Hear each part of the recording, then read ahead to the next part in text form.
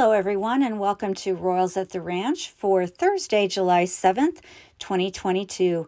I'm Lori with Behavior Education at Spirit Keeper Animal Sanctuary, and this week we are featuring a specific Royal at the Ranch, Pfynix.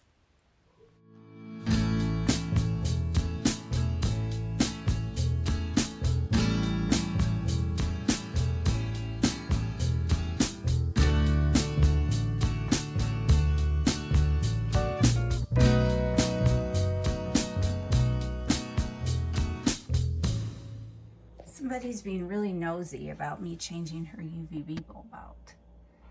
Her bulb burnt out, so I had to undo the cage and replace it, and she decided to come out and see what I was doing, and I'm sure she thinks maybe I'm gonna feed her.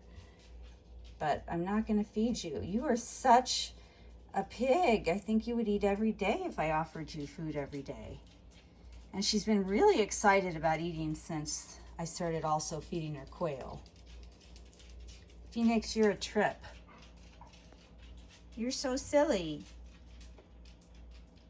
I'm not feeding you. Didn't you just eat not too long ago? Don't want to get overweight. Pfynix's black box cage's enclosure is 3 feet by 2 feet by 2 feet. She has an Arcadia 12-inch UVB light bar adjacent to a 25-watt halogen that's on during the day, and then her heat is turned off at night. Pfynix seemed determined to stay awake even though it was midday and to come out, so I rolled one of our activity stations adjacent to her enclosure, and I just went ahead and opened the doors and gave her an opportunity to come out if she wanted. And she did that right away. She didn't waste any time. She's not fast about how she moves, but she was determined that she was going to come out and explore. And I did also check her feeding record, and it had been 10 days since she had eaten. Given that she's a very active snake, and given her behavior in the middle of the day, I decided I would thaw something to go ahead and feed her, and that since she seems so motivated to do something and to interact with her environment, I would do a couple of training sessions with her. One of the things that I look for when I do behavior-based feeding is if the snake is awake and active during times when they normally wouldn't be, like later in the morning, earlier in the evening, or during the day. Now, I thought out a quail and a rat for her because I'm continuing to train her that this green ball target indicates she can earn quail as a reinforcer, and that a different target indicates she can earn a rodent as a reinforcer. So she's responding to this green target, which I've only used, I think this is the third time, so this is a little bit new for her, but she does respond to it. And I'm not asking her to travel very far. I'm just looking for a response, some acknowledgement that she recognizes the target's there, and then she's looking for the food. And she understands the food does not come from the target, but that the food comes from elsewhere. So she didn't waste any time taking that quail, and it was just a day-old quail. Those hardly weigh anything. And so I also thought out a rat fuzzy for her.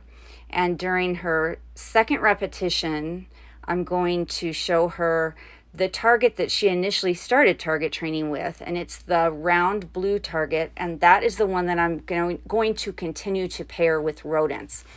The hope is that if she can learn the green target means quail and the blue target means rodents, and I'm fairly certain that she really understands that, I should be able to at some point show her both targets at once and have her go to the one that she prefers. In other words, go to the target that's going to earn her the reinforcer she wants more.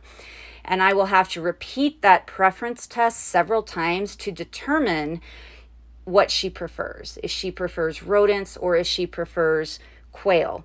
Once I definitively know through multiple repetitions that she has a distinct preference, and I've determined which reinforcer has a higher value, I can then reserve that reinforcer, the one that has a higher value, for more difficult tasks or to increase her motivation when I need her to be more motivated to do a behavior than normal.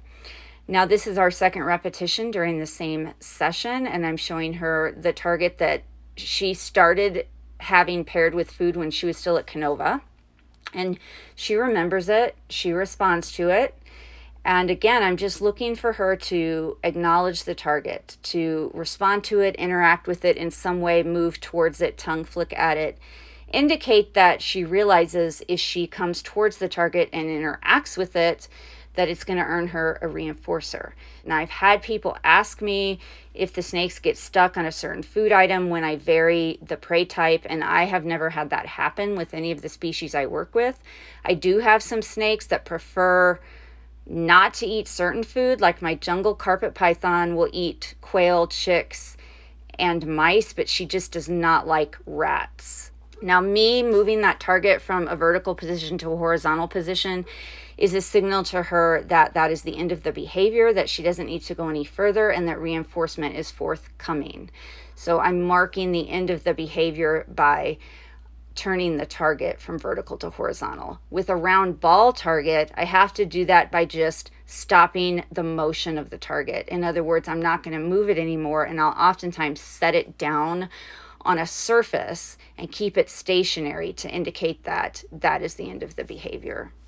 I do think that Pfynix is particularly outgoing for her species, and I did pick her out specifically because when Summer over at Canova helped me evaluate the clutch, she was not fearful or did not appear fearful in the video that Summer shared with me. She appeared curious about her environment, and she displayed investigatory behavior when she was placed in a novel space, and she explored items and investigated things in a calm and relaxed manner. And then when Summer handled her on the video, she didn't act particularly fearful. And when she was placed back down in the novel environment, she went back to exploring. And her clutch mates behaved more fearfully.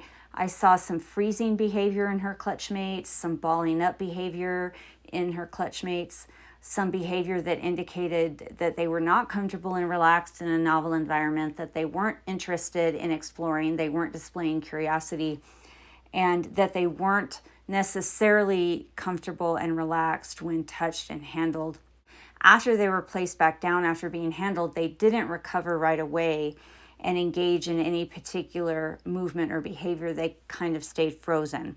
So she was picked out on purpose because she seemed to display a temperament which was more on the bold end of the temperament spectrum. That has proven to be a good decision on my part for what I wanted her to do in our behavior program. For her species, she is very outgoing, and she is more active than many of her conspecifics and less fearful of novelty. She is a good learner, and she engages in her environment and is taken well to all of the environmental stimulation that she's been given. Notice that she chose to remain out for a while on the activity stand after eating, after her 2 training repetitions, and after she ate her meals. And she chose to put herself away when she was done exploring. I just did other things in the room, cleaning and other chores that needed to be done, and I let her explore for as long as she wanted to. And then when she was ready, she put herself away. Notice here that she's going to her hot spot. This is the hottest spot in the enclosure, and that makes sense since she just ate. She has her UVB there, her halogen there. That hot spot gets anywhere from 85 to about 92 degrees, depending on the ambient room temperature on any given day. And we don't have air conditioning, so if it's hot outside, the ambient room temperature is hotter and that hot spot's hotter. And then the cool side of her enclosure stays in the 70s, and the cool side is also the more humid side. So she goes to her hotspot area, and she stays out for a little bit, but then she chooses to go in her tub. And that was her travel tote that I brought her home from FedEx in. And it was going to be her tub that she stayed in until she was ready to transition into an enclosure. However, I went ahead and put that tub in the enclosure within the first 12 hours of her arrival, and she chose to come out of it. The only time she spends in this tub is sometimes when she is going to shed.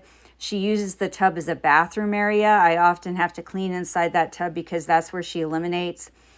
And then it's warm and humid inside that tub, so sometimes she does go in there after eating. I can easily roll the activity station away from her enclosure. We have put wheels on that. So once she is safely back inside her enclosure, I wheel the activity station away and we are finished. She did come back out of her tub later and bask. That's what she's doing in this photo here. And I do try to put the rocks right under the hot spot.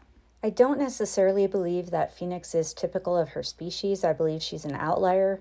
I believe that her innate temperament, paired with the fact that Summer did some environmentally stimulating activities with her, gave her some tub enrichment, and began preliminary training prior to her arrival, have all contributed to her activity level with us, to her boldness with us. And I think that she does represent the potential that this species has if they're raised in a way where they're getting a lot of environmental stimulation, where they're getting exposed to novelty, and where they're getting desensitized to proper handling, and they're getting some training from the get-go.